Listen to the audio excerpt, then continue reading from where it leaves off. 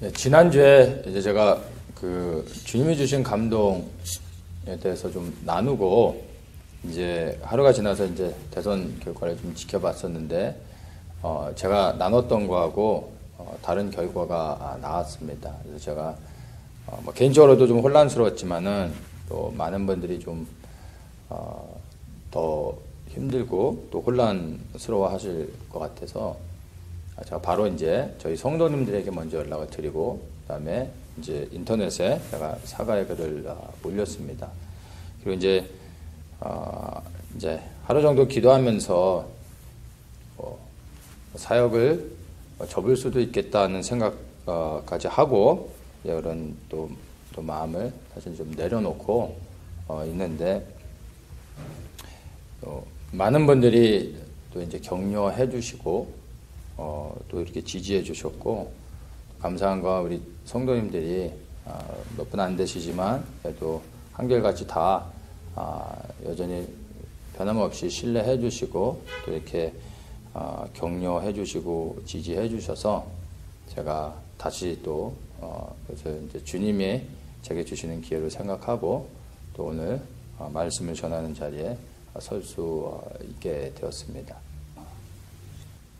처음에는 이제 그 결과에 대해서 받아들이기가 좀 힘들고 현실적으로 그것이 좀 앞으로 되어질 일들을 생각할 때 좀 많은 좀 어려움, 마음의 이제 불편함들, 마음에 좀 어려움들이 있었습니다. 그래서 왜 주님께서 이것을 허락하셨을까 대한 것들을 좀 고민해 보게 됐었는데 제가 이제 문재인 씨가 당선되게 되면 우려했던 것이 이제 두 가지가 있었습니다. 그러니까 많은 공약들이 있었지만 특별히 공약보다도 제가 이제 주목하고 봤던 것이 두 가지인데 하나가 이제 고려 연방제고 그다음에 두 번째가 차별금지법이었습니다. 뭐 다른 것들은 둘째치고 이 두 가지가 저한테는 가장 중요한 이슈였는데 고려 연방제는 자유민주주의 체제를 민주적으로 평화적으로 그리고 천천히 공산주의 체제로 바꿔가는 그러한 기만 전술입니다. 그래서 결국에는 자유 대한민국을 북한의 공산주의 체제로 무너뜨리는 그러한 계획인 것입니다. 그래서 제가 이제 그 고려 연방제에 대해서 가장 좀 염려했던 부분이고 두 번째가 차별금지법이었었는데 차별금지법은 동성애자들의 인권을 보호해 주는 것으로 그렇게 말하고 있지만 실제로는 이것이 교회를 공격하고 핍박하는 것으로 오게 됩니다. 그러니까 그 교회에 대한 핍박이라는 게 바른 진리, 복음을 전할 수 없도록 만들어버리게 되는 것입니다. 근데 이것은 거기서 끝나지 않고 더 그 영적인 의미들을 보면 이 동성애에 대한 것은 하나님의 창조의 질서를 파괴하는 것입니다. 그러니까 그것은 하나님의 형상을 따라 지음받은 그 사람을 이렇게 인간의 방법으로서 변질시켜버리는 거죠. 이것은 사실은 하나님에 대한 실제적인 대적 행위입니다. 그래서 동성애만큼은 하나님께서 결코 쉽게 넘어가고 이렇게 다루실 수 있는 부분이 아닌 것입니다. 그래서 이 고려 연방제를 보면 이것은 자유민주주의 대한민국의 체제를 무너뜨리고 대한민국을 무너지게 만드는 것이고 그리고 이 차별금지법은 결국에 교회를 무너뜨리는 법이 되는 것입니다. 그렇다면 고려 연방제와 이 차별금지법 이 두 가지를 봤을 때 결국에 이 대선 결과의 그 의미들을 볼 때 하나님의 총체적인 심판이라고밖에 생각이 들지 않았습니다. 그래서 그 부분이 사실은 제가 좀 많이 힘들었었는데요. 어쨌든 이 결과를 받아들이면서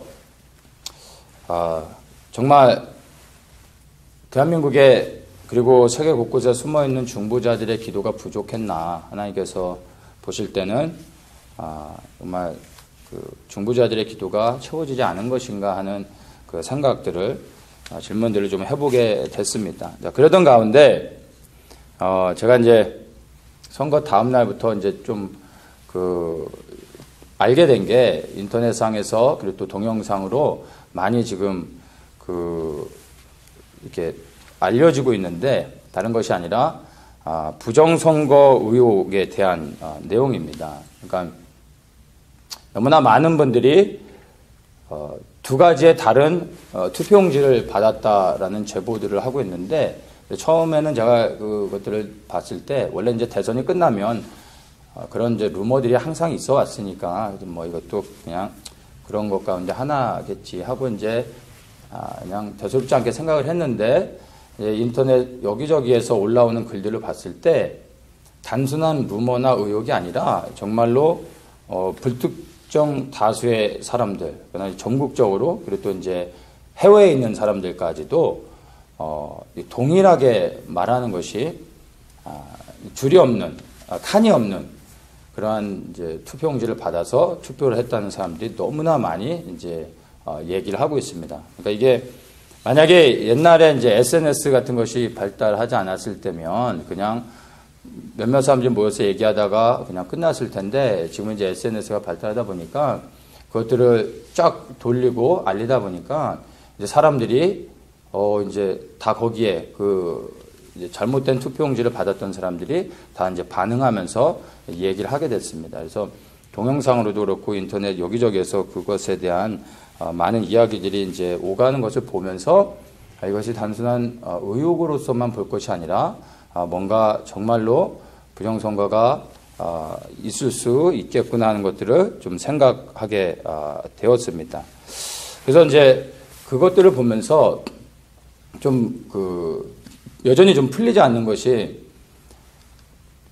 두 가지의 다른 투표용지가 있었다라는 것에 대해서 사람들이 너무나 분명하게 이야기를 하고 있는데 실제 선관위에서는 한 가지의 투표용지만 이제 프린트를 했다고 말하고 있고 또 실제 개표했을 때는 그냥 한 가지의 투표용지만 정상적인 것만 이렇게 개표 현장에서 발견됐습니다. 그래서 이제 여전히 그것이 의혹으로 남아 있는데 지금 이제 인터넷을 보니까 이 선거 무효 소송을 지금 어떤 시민단체들이 준비하고 있는 것까지 이제 기사들을 내용들을 좀 보게 됐습니다. 제가 생각할 땐 이것이 이제 의혹이 있는데 이 소송을 해서 실제로 이것이 이제 어필이 될지는 좀 지켜봐야 될 것 같습니다. 그리고 지금의 한국에 돌아가는 상황들을 볼 때 과연 그것들이 이렇게 정상적으로 밝혀질 수 있을지도 좀 의문이 듭니다. 원래 정말 이게 불법 조작을 통해서 되어진 거라면 다시 정상적으로 당연히 그것이 드러나고 이 공식적인 선거가 다시 치러져야 되지만 현실적으로는 좀 어려울 것 같습니다. 제가 이제 이 부정선거 의혹에 대해서 이제 이것을 조금 의문을 가지고 이렇게 다시 생각했을 때 여러 가지 좀 질문이 나오더라고요. 만약에 이게 정말 국민을 속여서 되어진 결과라면 하나님께서 이것을 그냥 두지 않으시고 반드시 그 전에 이 거짓을 드러내셔가지고 정상적인 선거가 치러져서 국민들의 투표에 의한 그 결정이 될 수 있도록 하셨을 텐데 왜 그거를 허용하셨을까 하는 질문이었어요. 왜냐하면 아시는 것처럼 이번에 대선은 대한민국의 운명을 결정하는 그런 중요한 선거였습니다. 그런데 그것을 국민 스스로의 선택이 아닌 거짓 부정선거로 인해서 되어진 것이라면 하나님께서 그 결과에 대해서 그 결과를 가지고 하나님께서 심판하실 수가 없는 것이죠. 하나님은 분명히 그것을 아셨다면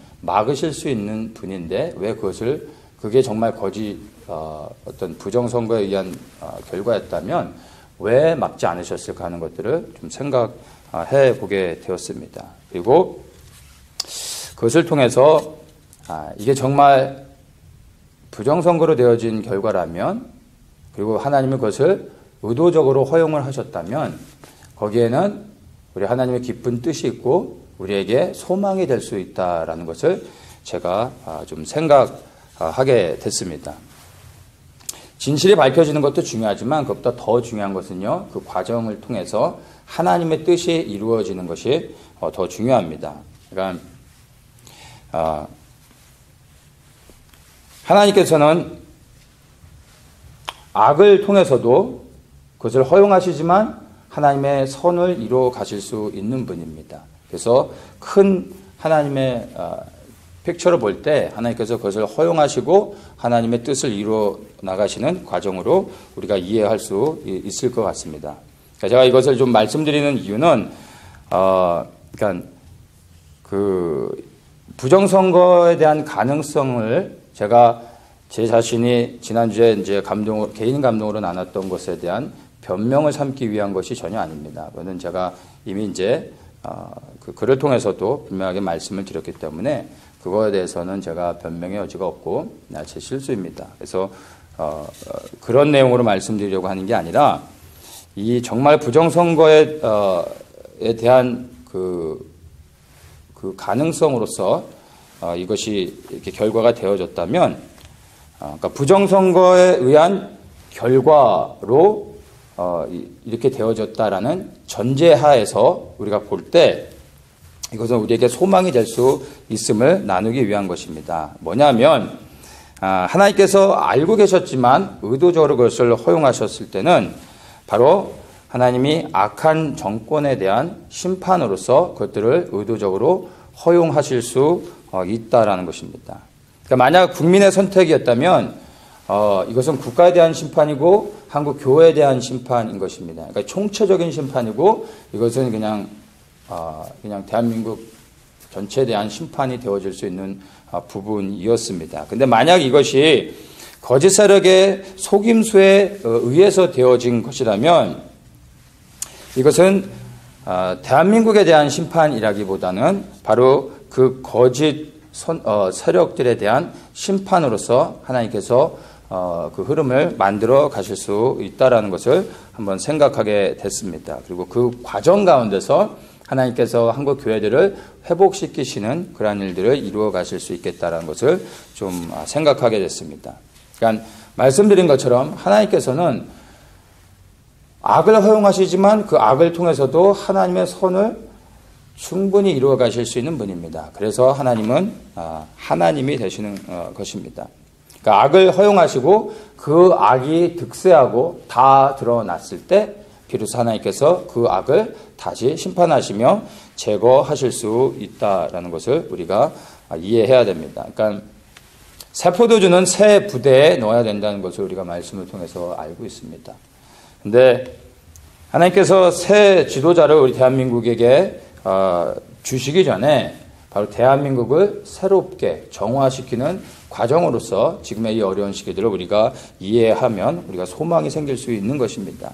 그러니까 지금의 현실적으로 한국의 모습을 보면 하나님께서 아무리 좋은 지도자를 주셔도 지금 그 좋은 지도자와 함께 대한민국을 올바르게 건설할 수 있는 그런 환경들이 되어 있지 않은 것을 우리가 알 수 있습니다.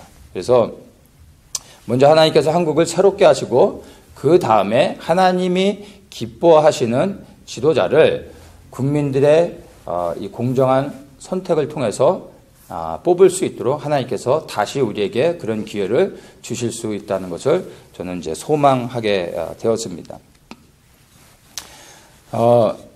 이제 문재인 씨가 대통령이 되어졌습니다. 그러나 저는 이제 생각하기는 김정은이는 계속해서 여러 가지 이제 문제를 일으키고 국제적으로 충돌하게 될 것이라고 생각을 합니다.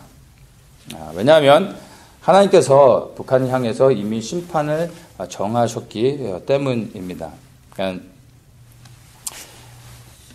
이 대한민국에 이제 새롭게 세워진 이 정권이 앞으로 북한하고 연계해가지고 고려연방제를 실시하고 뭐 이제 개성공단을 다시 재개하고 북한을 이제 대북 지원하는 뭐 여러 가지 이런 것들을 실시하게 된다면 사실은 그 정권 뒤에 역사하는 영은 북한 정권 뒤에 역사하는 영과 사실은 똑같은 영이라고 우리가 이해해야 되는 것입니다.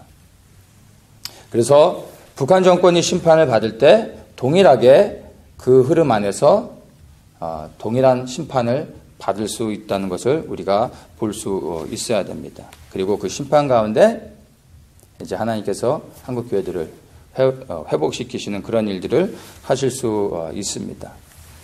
사실 우리가 하나님의 뜻을 다 알 수가 없습니다. 하나님께서 그 모든 것들을 다 우리에게 말씀해 주시지 않습니다. 그러나 우리에게 한 걸음을 나아갈 수 있는 것들을 열어주시고 우리에게 무엇을 위해 기도해야 될지를 또 보여주시는 분이 하나님이십니다.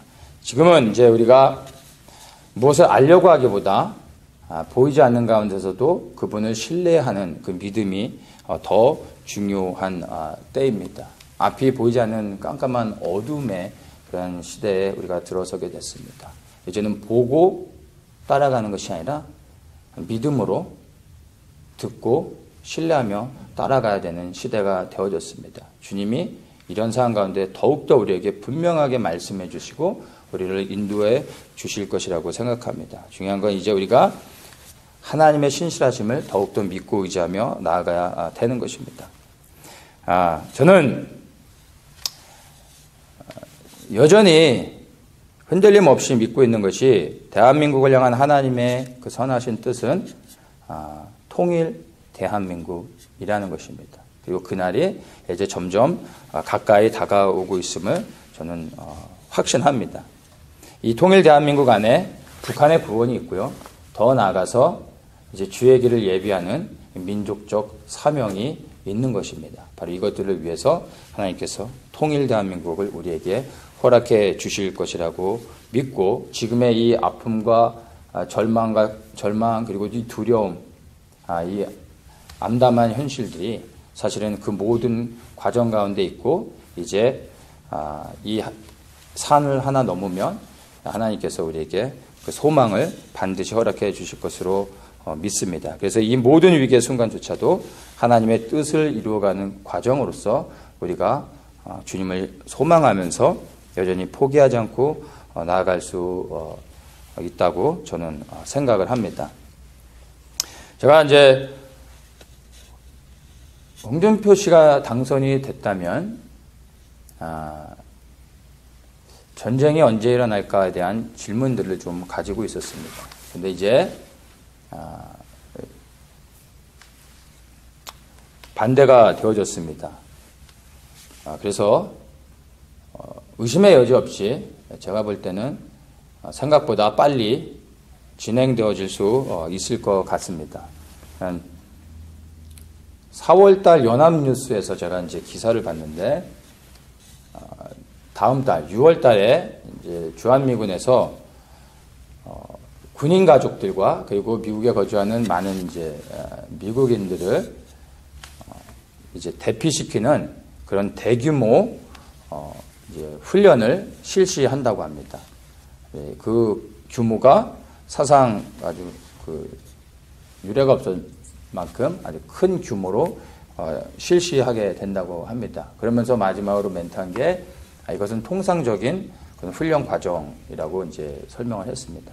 근데 제가 볼 때 그 통상적인 훈련이 아닌 게 작년 11월 달에 7년 만에 처음으로 미군 가족들을 소수지만 실제로 부산까지 이제 대피시키고 부산에서 군용 비행기를 태워서 일본까지 수송하는 대피시키는 그러한 실제 훈련을 7년 만에 실시했었습니다.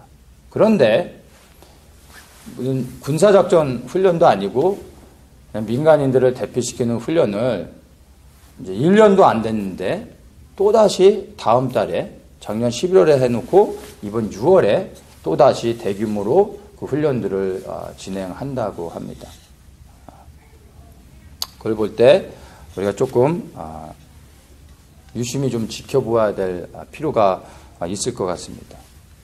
그리고 대선이 끝나고 이제 홍준표 씨가 좀 휴식을 취하기 위해서 미국에 이제 뭐 작은 아들이 있다고 그러는데 미국으로 이제 지금 제가 알기로는 좀 들어와 있는 걸로 알고 있습니다. 그래서 한 달 정도 미국에서 휴식을 취하려고 한다는 그 기사를 이제 보았습니다. 5월 중쯤에 와서 이제 한 달 정도니까 뭐 6월까지 있게 되는 것이죠. 예. 이런 것들을 보면은 우리가 조금 이것들을 쉽게 넘어갈 것이 아니라 조금 생각해 볼 필요가 있다는 것을 나누는 것입니다. 그러니까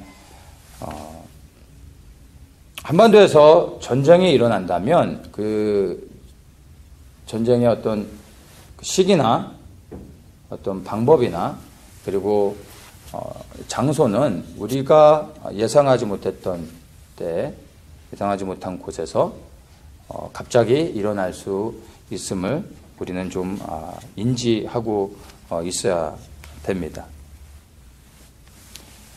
마태복음 24장에서 그 이제 마지막 때에 대한 이제 예언의 말씀들을 주님께서 하시면서 전쟁에 대한 것들을 말씀하시거든요. 뭐냐면 이제 민족이 민족을, 나라가 나라를 대적하여 일어나는 그 전쟁에 대해서 말씀을 하고 있습니다.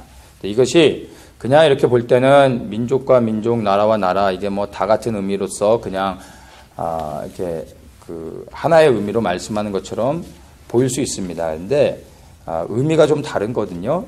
이 민족과 민족이라고 할 때 이 민족은 ESV에서 이제 nation이라는 단어를 씁니다. 그러니까 이 nation의 단어의 의미는 단순히 그냥 나라라는 것이 아니라 성경적 의미는 gentile, foreign nation 이런 의미로 쓰입니다. 그러니까 이스라엘을 제외한 이방 나라들을 말하는 것입니다.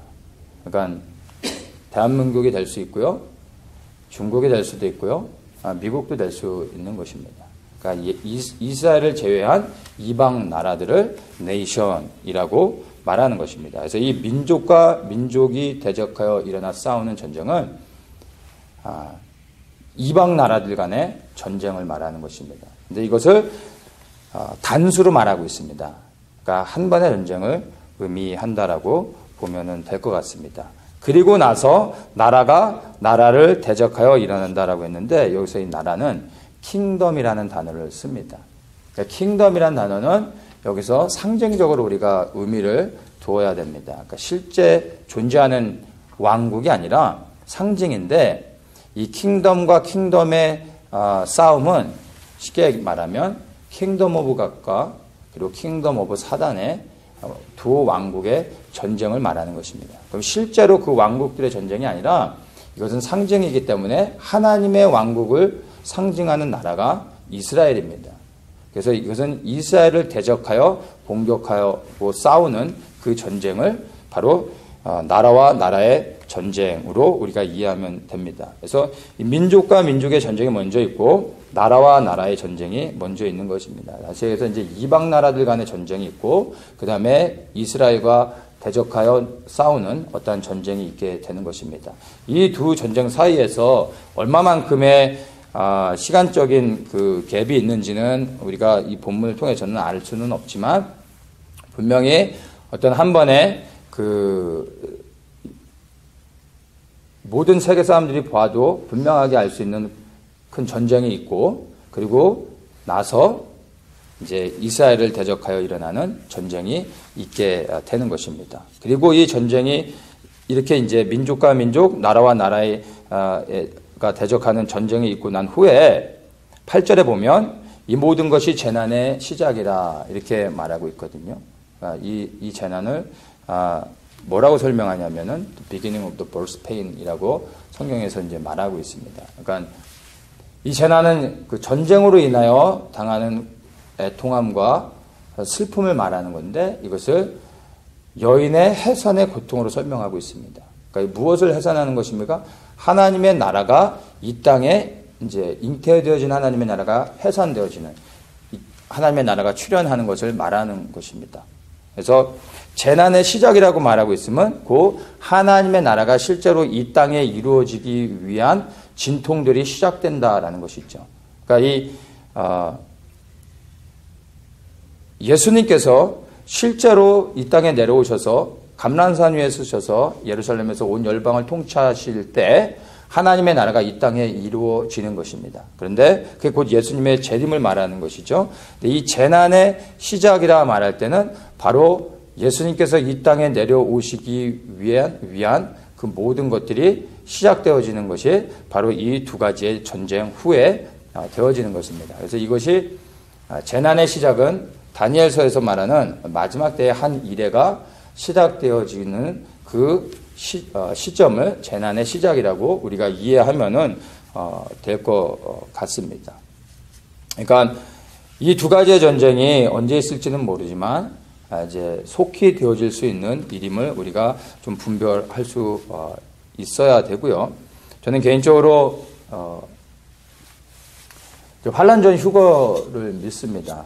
최근 들어서는 제가 이제 휴거에 대한 것들 조금씩 생각하게 되는데, 원래는 제가 휴거에 대한 관심이 없어서 사실은 뭐 이렇게 마지막 날 깨닫고 어떻게 이 땅에서 주님을 섬기다가 주님 부르실 때 갈까 하는 것에 대한 초점을 맞추면서 어떻게 하면 주의 군사로 주의 종으로서 주님을 섬겨야 되는가, 이것이 저에게 이제 초점이었기 때문에 뭐 휴거에 대한 것은 제가 별로 이렇게 관심이 사실은 없었습니다. 근데 이제 최근 들어서는 제가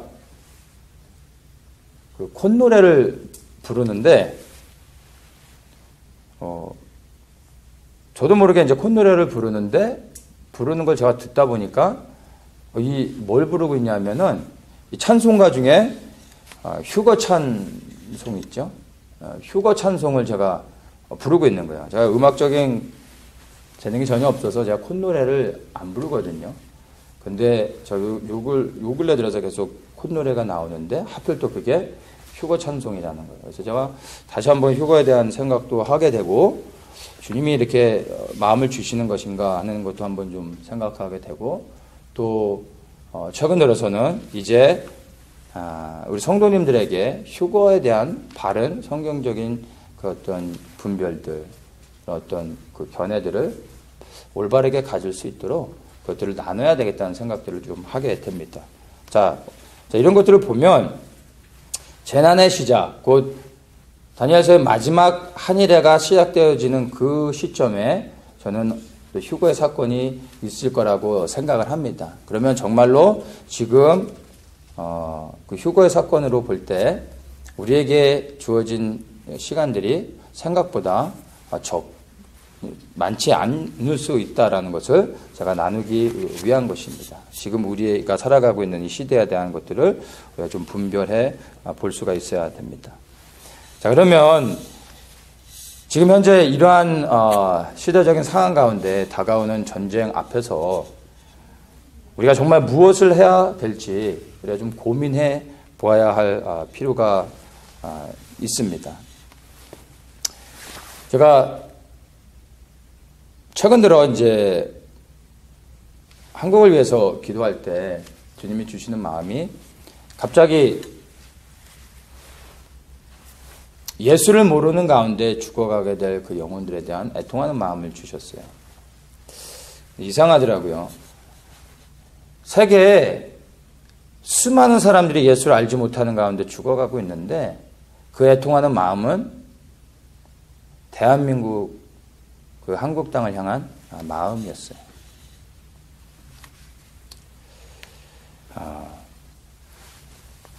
그걸 통해서 제가 들은 생각들이요.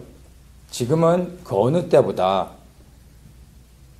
모든 세계가 예수 그리스도의 복음이 필요하지만 한국 땅에 정말로 예수 그리스도의 복음이 더욱더 선포되어지고 증거되어져야 되는 그러한 시대라고 저는 생각을 합니다. 우리의 영혼을 구원할 수 있는 분은 예수님밖에 없습니다. 천하 인간의 구원을 주시는 유일한 이름은 예수 그리스도입니다. 그 예수 그리스도를 이제는 우리는 드러내야 되고 더욱더 자랑해야 되고 그리고 더욱더 선포해야 됩니다. 때를 얻든지 못 얻든지. 그리고 성령께서 마음의 감동을 주실 때 이 시대가 지금 어떠한지를 담대히 선포할 수 있어야 됩니다. 설득할 필요는 없습니다. 지금 당장 듣지 않아도 정말 그 안에 구원받을 만한 믿음이 있다면 그러한 사건들이 일어날 때 하나님께서 생각나게 해주시고 예수 그리스도를 붙잡게 찾게 하실 수 있습니다. 그때 성령 하나님께서 구원의 은혜를 베풀어 줄 수도 있습니다. 우리는 그때와 시를 알지 못하기 때문에 그 영혼을 향한 하나님의 계획을 알 수 없기 때문에 지금 그 어느 때보다 정말로 우리가 예수 그리스도의 복음을 증거해야 된다라고 생각을 합니다. 또한 그 어느 때보다 기도해야 될 때입니다. 많은 분들이 이제 나라와 민족을 위해서 이 위기 앞에서 기도해왔고 통일을 위해 또 북한 동포들을 위해 기도하고 이스라엘을 위해서도 기도하며 하나님의 마음을 품고 나아갔습니다. 앞으로도 계속해서 이러한 기도들을 해야 되겠지만 저는 이제 더욱더 이러한 기도 가운데서 이제 나 자신의 영혼을 위한 기도 그리고 가족을 위한 기도를 더욱더 하기를 권면하고 싶습니다.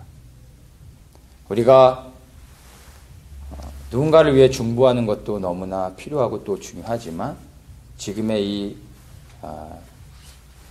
상황 가운데서는 더욱더 우리가 나 자신과 우리 가족들을 위해서 기도해야 된다라고 생각이 듭니다. 그리고 집안의 가장으로서 아버지로서 또 어머니로서 자녀들을 예수님의 이름으로 날마다 축복하며 기도해 주어야 합니다. 주의 성령이 늘 우리 자녀들 가운데 함께 하시며 어떠한 위기 상황 가운데서도 성령 하나님이 그들을 지키시고 보호하실 수 있도록 그 영혼들을 주님께 맡겨드리며 축복하며 기도할 수 있어야 될 것 같습니다. 또한 그 어느 때보다도 더욱 사랑해야 된다라는 것을 생각하게 됩니다. 지금은 서로 다툴 때가 아닙니다. 나눠지고 분열해서는 안 됩니다. 이 가정 안에서 그 어느 때보다 더욱더 사랑해야 될 때입니다. 죽고 사는 문제가 아니면 진리에 대한 문제가 아니면 다투지 마시고 그냥 용납하시고 품으셔야 됩니다. 그리고 할 수 있는 대로 이제는 여러분 기회가 있는 대로 서로 가족을 보면서 형제와 자매들 또 공동체 안의 지체들을 보면서 서로 사랑한다라고 말해야 됩니다. 진심으로 예수님의 이름으로 축복하며 그 사랑을 나눌 수 있어야 됩니다. 그 사랑을 행해야 될 때가 되어졌습니다. 더욱더 가족과 함께 좋은 시간들을 보내고 그리고 그 가족 안에서 누리는 그 평안과 축복들, 그 좋은 시간들을 통해서 그리스도의 사랑을 더욱더 나누고 또 감사해야 됩니다. 그럼 무엇보다 더욱더 예수님을 사랑해야 될 때가 되었습니다. 예수님을 사랑한다는 것이 무엇입니까? 그냥 하트 모양을 만들고 예수님 사랑해요라고 한번 말하는 것이 사랑하는 것이 아닙니다. 하나님께서 사랑이 무엇인지를 우리에게 보여주셨습니다. 하나님께서 세상을 이처럼 사랑하사 독생자를 주셨으니 하나님이 세상을 사랑하셔서 독생자 예수 그리스도를 우리를 위하여 내어주셨습니다. 그것이 하나님이 우리에게 보여주신 사랑인 것입니다. 하나님께서 우리에게 보여주신 사랑, 바로 생명을 내어주는 사랑인 것입니다. 여러분은 예수님을 사랑한다고 고백하며 말할 때 무엇을 생각하십니까? 그냥 사랑합니다 라고 끝납니까? 하나님의 기준으로 볼 때 사랑한다라는 것은 생명을 내어주는 것입니다. 그것이 하나님이 보실 때의 사랑인 것입니다. 그리고 예수 그리스도를 내어주심으로 우리를 향한 하나님의 그 사랑을 확증해 주셨다라고 성경은 말하고 있습니다. 우리가 정말 그 사랑의 은혜를 받아 구원을 받은 자들이라면 그래서 우리가 예수 그리스도를 사랑한다라고 고백하고 있다면 우리도 그 사랑을 확증해 보일 수 있어야 됩니다. 예수님을 사랑하는 것을 어떻게 확증해 보이실 수 있겠습니까? 다른 것은 없습니다. 아버지께서 독생자 예수 그리스도를 십자가에 내어 주셨던 것처럼 예수님께서 아버지를 너무 사랑하셔서 순종하여서 기꺼이 십자가를 지셨고 또한 우리를 너무 사랑하셔서 그 죽기까지 모든 피를 흘리셨던 것처럼 사랑하기 때문에 생명을 내어주는 것입니다. 우리가 예수 그리스도를 정말 사랑하고 하나님을 사랑한다고 말하면 우리는 그분을 위해 생명을 내어줄 수 있어야 됩니다. 그것이 사랑입니다. 하나님을 사랑하십니까? 하나님을 위해 생명을 내어주셨습니까? 하나님을 위해 생명을 내어주는 것이 죽는 것이 아니라 나의 사랑을 고백하는 것뿐만이 아니라 하나님을 위해 내 생명을 내어주는 것이 사실은 내 영혼의 구원인 것입니다. 지금은 그 어느 때보다도 더욱더 이제 하나님과의 관계를 바로하며 하나님을 사랑해야 될 때가 되어졌습니다. 하나님을 사랑하십시오. 생명을 들여 그분을 더욱더 사랑하십시오. 그리고 그분과 더욱 교제하며 그분을 찾고 그분을 구하십시오. 그럴 때 하나님의 그 사랑이 우리 안에 부어지며 그 사랑이 우리를 영원한 천국까지 반드시 인도하실 것이라고 믿습니다. 지금 우리 앞에 놓여진 이러한 절망같이 보여지는 상황 가운데서도 여전히 우리가 주님을 신뢰할 수 있는 이유는 하나님은 신실하시기 때문입니다.